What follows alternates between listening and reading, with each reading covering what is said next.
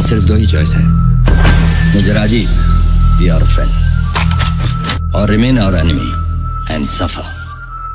मैं ठहरने का वैसे नहीं, मेरी मंजिल कहीं और है, क्योंकि मैं इस देश का एक सिपाही हूँ और हमेशा सिपाही बनकर रहूंगा।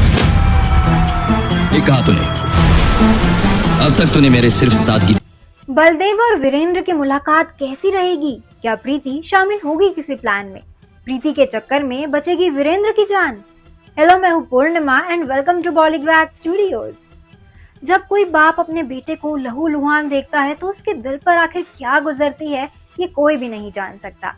लेकिन ये सब कहानी ना बड़े पर्दे पर अच्छी भी लगी थी, जब विक्की खुद आगे होकर अपने बाप के कातिलों को मारता है। हमारी इस कहानी में विक्की अपने आदमियों से अभी तक काम करवाता आ रहा है और जसवंत को मरवा भी चुका है। उसके बेटे जोजो का भी मर्डर करवा चुका है और अब वो बाकी के दो दुश्मन वीरेंद्र सिन्हा और बलदेव ही उसका अगला टारगेट है।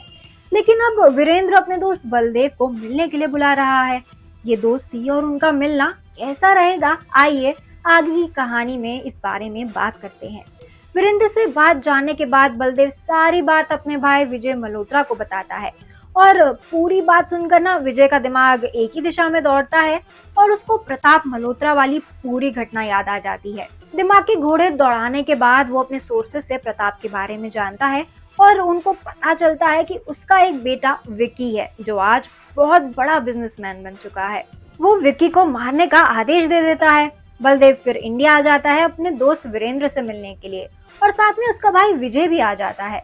वो तीनों मिलकर पूरी घटना शब्दों में दोहराते हैं और उनको पूरा यकीन है कि ये सब विक्की ही करवा रहा है और इसलिए वो विक्की को मरवाना चाहते हैं। उधर प्रीति जब ऑफिस से घर आती है तो बाय चांस ना वो सारी की सारी बातें सुन लेती है और हैरत में पड़ जाती है कि वो उसी विक्की के साथ उसी के ऑफिस में काम कर रही है जो धीरे धीरे उसके बाप तक आना चाहता है। लेकिन वो फिर भी ना एक बार शांत रहती है और अपने अंकल से मिलती है। हेलो बलदेव अंकल, आप इतने सालों बाद इंडिया में, सब ठीक है ना अंकल? प्रीति ऐसे सवाल करती है कि जैसे उसको कुछ पता ही ना हो। यस प्रीति बेटा, हम इंडिया आए हैं सिर्फ अपने पुराने दोस्त और तुम्हारे पापा से मिलने के लिए, और फिर तुमसे भी तो मिलना था। आखिर हमारी बेटी इतनी बड़ी हो गई है और खूबसूरत भी। बलदेव के भाई विजय ने प्रीति के कंधे पर हाथ रखते हुए कहा। प्रीति ने एक स्माइल दी और वहां से चली गई और बाद में अपने कमरे में बैठकर अपने लैपटॉप पर विक्की मल्होत्रा के बारे में पूरी जानकारी हासिल की।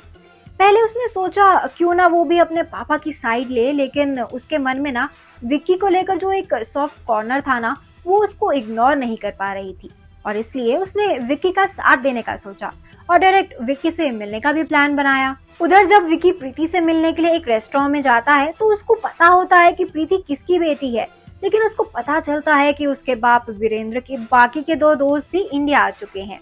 वो प्रीति को अपनी ओर कर लेता है और प्रीति के थ्रू उसके बाप और उसके दोस्तों की पूरी जानकारी प्रीति से निकलवाता है।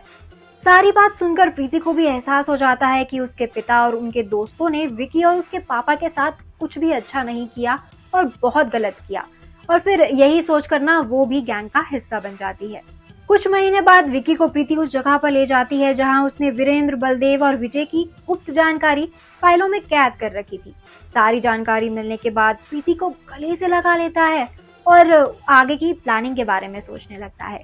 लेकिन प्रीति पहली बार विक्की से कुछ मांगती है और कहती है, विक्की मैंने अपने पापा का नहीं बल्कि तुम्हारा साथ दिया है अभी तक और आगे भी दूंगी, लेकिन मेरे पापा की गलती के लिए मैं तुमसे माफी मांगती हूँ क्योंकि मैं नहीं चाहती कि मेरे सर से बाप का साया भी उठ जाए, इसलिए प्लीज मेरे पापा को मत मारना विक्की। ऐसा कहकर प्रीति ना रोने लगती है तो विक्की ने उसको गले लगाया और एक बार प्रीति का मन रखने के लिए वीरेंद्र को कुछ ना करने का वादा किया। आज के लिए बस इतना ही। इस स्टोरी से जुड़े अपने व्यूज हमें कमेंट सेक्शन में जरूर बताएं और अगर ये वीडियो पसंद आया हो तो इसको लाइक और शेयर करें, साथ ही सब्सक्राइब करना ना भूलें बॉलीग्रैड स्टूडियोज को। अब हमारी मुलाकात होगी नेक्स्ट वीडियो में, तब तक के लिए खुश रहें और अपना ध्यान रखें। बाय।